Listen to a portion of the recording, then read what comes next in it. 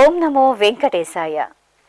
తిరుపతిలో టీటీడీ ఆధ్వర్యంలో నెలవైన శ్రీ పద్మావతి మహిళా డిగ్రీ కళాశాలకు టీటీడీ పాలక మండలి తీపి కబురును అందించింది.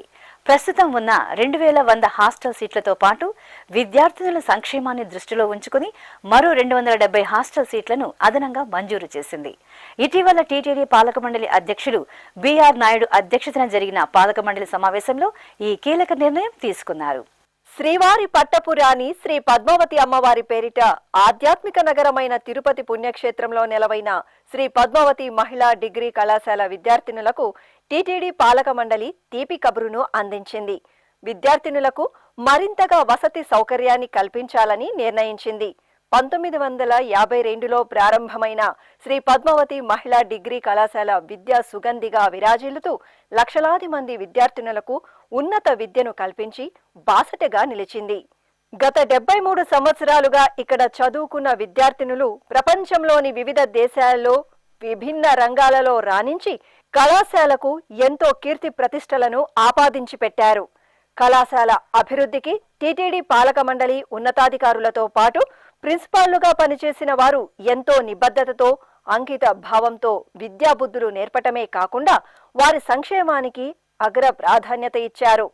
35 మంది విద్యార్థినులు 8 మంది అధ్యాపకులతో ప్రారంభమైన ఈ కళాశాలలో నేడు 3106 మంది విద్యార్థినులు విద్యను అభ్యసిస్తున్నారు.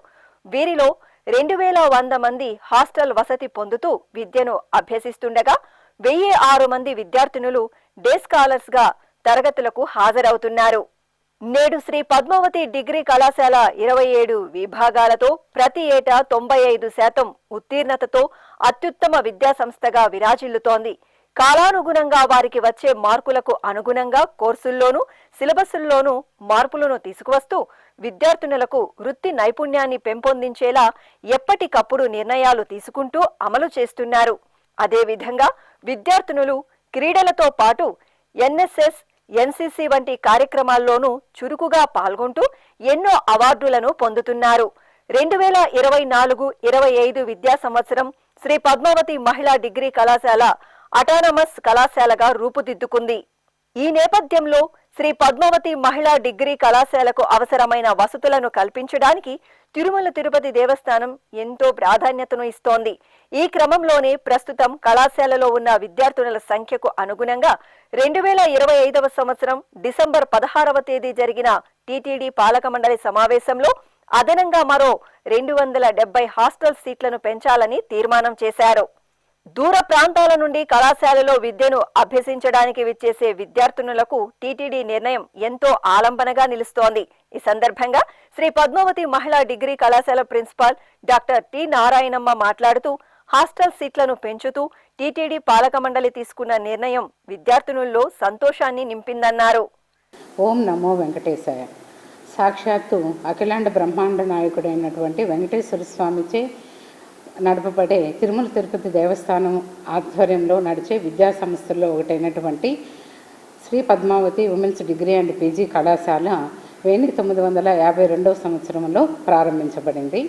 డిసెంబర్ 16వ తేదీన జరిగినటువంటి టీటీడీ బోర్డు సమావేశంలో Sri Padmavati women's degree and PG కళాశాలకు 270 అదనపు హాస్టల్ సీట్ల సౌకర్యానికి ఆమోదం తెలపడమే కాకుండా 31 విద్యా సంస్థలకు అవసరమైనటువంటి కంప్యూటర్లను, డిజిటల్ క్లాస్ రూమ్లను, అదేవిధంగా సీసీ కెమెరాల అమర్పుకు ఆమోదం తెలిపినందుకు, ఇవే కాకుండా మాకు కావలసినటువంటి అదనపు సిబ్బందిని కూడా ఇస్తామనే ఆమోదాన్ని తెలిపినందుకు నా మనస్ఫూర్తిగా అందరికీ కూడా టీటీడీ బోర్డు మెంబర్స్ అందరికీ, మా ఈఓ గారికి, జేఓ గారికి ఇంకొకసారి నా కృతజ్ఞతలు తెలియజేస్తున్నాను.